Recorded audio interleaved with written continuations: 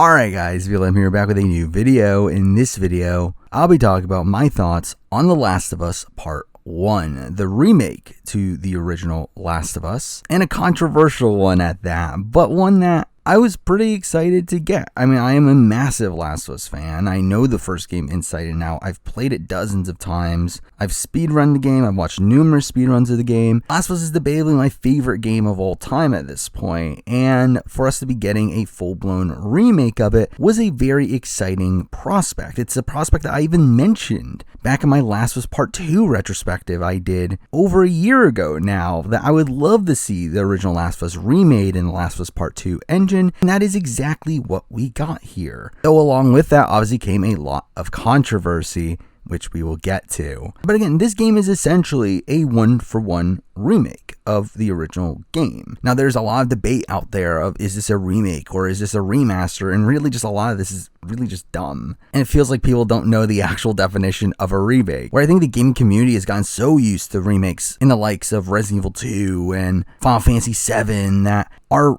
not just remakes, but really just entirely new games. While Last of Us Part 1 here is a one-for-one remake. It is by definition, and the true definition of a remake. It is literally the game remade within the Part 2 engine. But through that obviously comes a lot of controversy in terms of, one, what was the point of it, considering it's only been 9 years since the original release, and obviously the price tag as well, which, when talking about the point of it, I mean, like, yeah, 9 years is a pretty short time frame, especially when there is the remaster available on the PS4, which can be played on the PS5.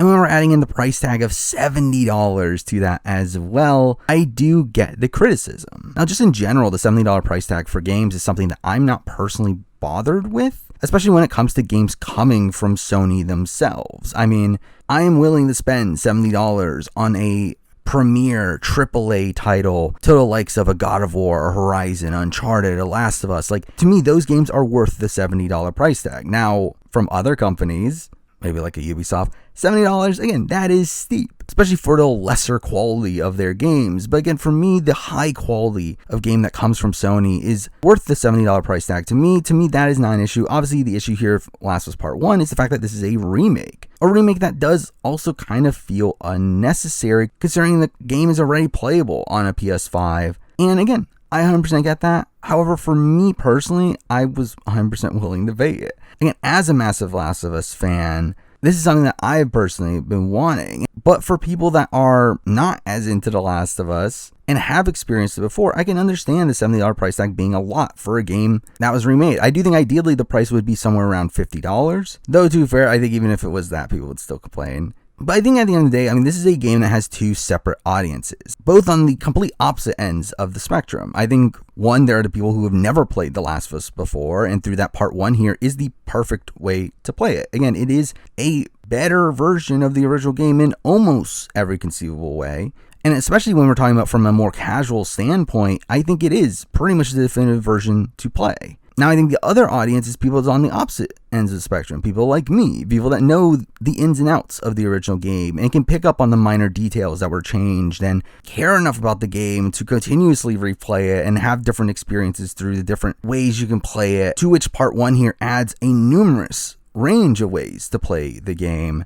And yeah, I think for those two separate audiences, the $70 price tag might feel warranted. However, people that don't care as much about The Last of Us, again, $70 is steep, and I can 100% understand why people would criticize the $70 price tag, but also, you could just not buy it, and it will drop in price in a few months. So I do think the level of vitriol there seems to be over the price tag does seem a bit ridiculous. And like the entire concept of this being a cash grab is also something that's ridiculous to me, considering, one, like, every game is a cash grab. That's literally the point of games, is to sell them for money. But also, it's not like no work was put into this. I do think the general perception of this is the fact that they literally just copy and pasted the game and improved the graphics slightly, when in reality, this is a fundamentally new game. And again, as someone that knows The Last of Us 1 so well, you can tell how different this game plays. Now again, the core mechanics and the core narrative are exactly the same. They didn't change the narrative at all. It's exactly the same dialogue, no new recording in terms of the main characters at least. The combat mechanics are still exactly the same. You have the same weapons, the same tools, the same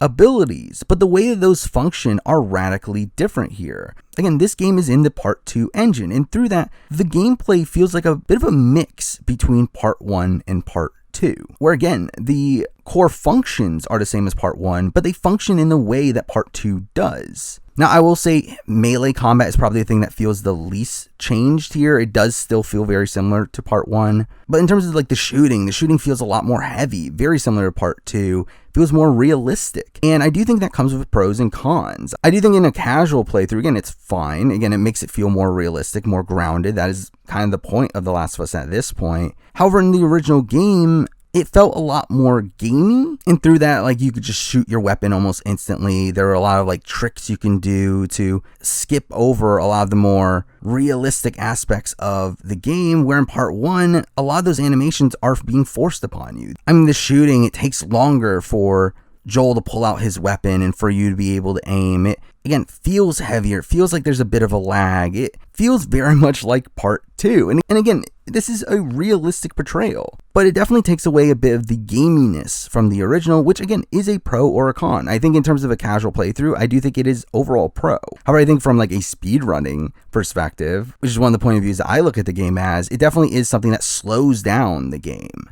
Also, just navigation around the world has changed a bit to where it feels like Joel's a lot less flexible, which obviously makes sense. I mean, he is an older guy, and I guess through that we might as well mention the fact that prone and dodging weren't added here from Part 2, which overall I'm fine with. I mean, proning I never really expected to be added here. Obviously, that would radically change up the level design. Dodging I do think could have been added here, but I don't think it was really that necessary. I mean, it would have been an interesting addition here, but at the end of the day, I do think Joel moves quick enough in the remake here to where it's not actually necessary, to where I never really got to a point where I felt like I needed the dodge button. So again, I'm mostly fine with the lack of that addition as well. But just in terms of how Joel navigates around things, it is definitely more limited. I mean, there are less things that Joel can now jump over, it feels like. Like, you used to be able to jump from the top of a staircase all the way down to the bottom. You can't do that anymore. There are things that he could climb in the original game that he can't do at this point, and also just in general, climbing is slower. So again, it does feel more realistic, but it is something that definitely slows down the process of the game. But for me, the radical change made here for the remake is the AI. And the AI obviously functions very similar to Part 2, as pretty much the Part 2 AI. And that radically changes how the game is played. Again, from someone that played the original game so much, I mean, the original game's AI sucks. It's really bad,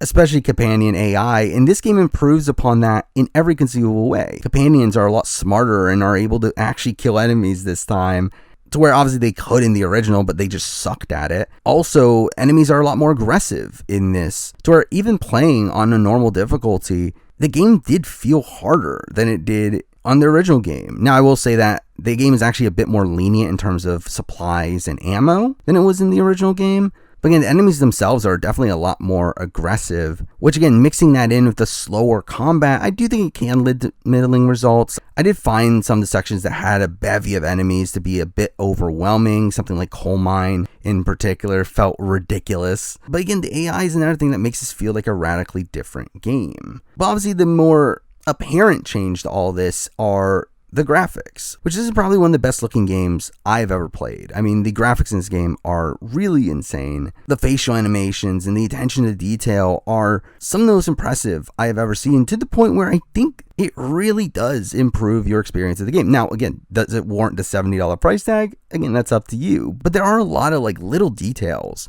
in the acting that I don't think you pick up in the original game that you can here because of the improved facial animations. The character models here are improved to look a lot more realistic, which obviously came with some criticism of, oh my god, they're not like the original, which I will say, again, I just think all the character models here look a lot better. And even just the environments, when you're walking through them, I feel like a lot of them are more realized, where I think in the original game, I kind of took it for granted. A lot of these rooms, they just randomly walk by, while in this game, you can instantly tell what the purpose of these rooms are, and through that, I think it boons the storytelling of the game as well. And even beyond that, like, even though this game is pretty much a one-for-one remake of the original game, there are still a lot of subtle changes made to this game that I think the normal person probably wouldn't recognize. Now, while, again, most of the environments and everything are pretty much much the same. There are a few extra areas here and there. I mean, again, nothing too major. Things like maybe a bathroom being open that wasn't there before, which again are cool little additions, but again, nothing that really changes up the game too much. But something I do find humorous about this game is that it feels like a game made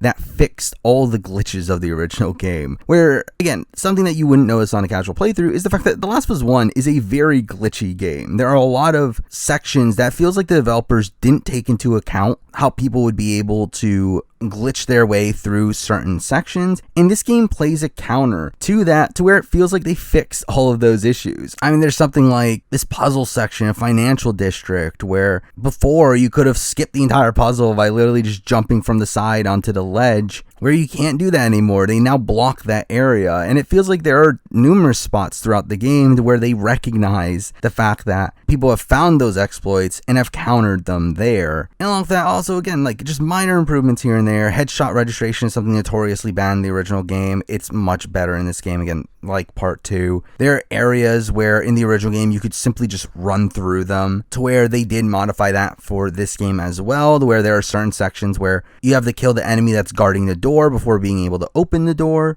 which does shake that up as well. So again, there are minor changes like that throughout the game that I think a typical person wouldn't notice, but also are, again, very minor changes that don't really matter too much. But I will say something I have been having a lot of fun with, something that I am currently playing at the time of this recording, is all the unlockables that are available after you finish your initial playthrough, where when playing New Game Plus, something new that they added here is the full loadout mode, where in the original game on New Game Plus, you wouldn't get certain weapons until you actually got them in the original game. While here, it allows you to have the full loadout from the very beginning, allowing you to ridiculously use your assault rifle throughout the entire game, or a flamethrower, and you can unlock a whole bunch of cheats in the game that give you unlimited crafting materials, and unlimited melee weapons, and one-hit kills on enemies, and all this is just super fun to play around with. I've been having a blast just running through all these areas and playing the game in a very different way than how you could typically play it. And to go along with that, obviously we have the accessibility features from part 2 that were brought here to part 1. That I will say that, again, I know there is some criticism in the fact that people are saying that they're essentially leaving these accessibilities behind a paywall, which I do get, and it can sound icky on paper, though at the same time, it's, again, they wouldn't have been able to just copy and paste this into the original game to like add it as a patch or anything. So I do feel like it's kind of a consequence of this, again, being a brand new game made in a different engine. But again, this game adds in permadeath mode and speedrun mode, which are really cool additions here. You can play as part 2 Joel and Ellie throughout the main game, which is just so weird. Again, to me, there are a lot of fun additions here that do make this a really fun experience for someone like me that's played the game numerous times beforehand. Also, the game does include the Left Behind DLC, which I was initially expecting them to kind of add it into the main game, which they didn't, which, again, fine. I will say, I do think Left Behind actually really impressed me on the replay, where I feel like the facial animations from Ellie and Riley here were extremely impressive, and the use of lighting throughout the mall was something that looked really fantastic as well.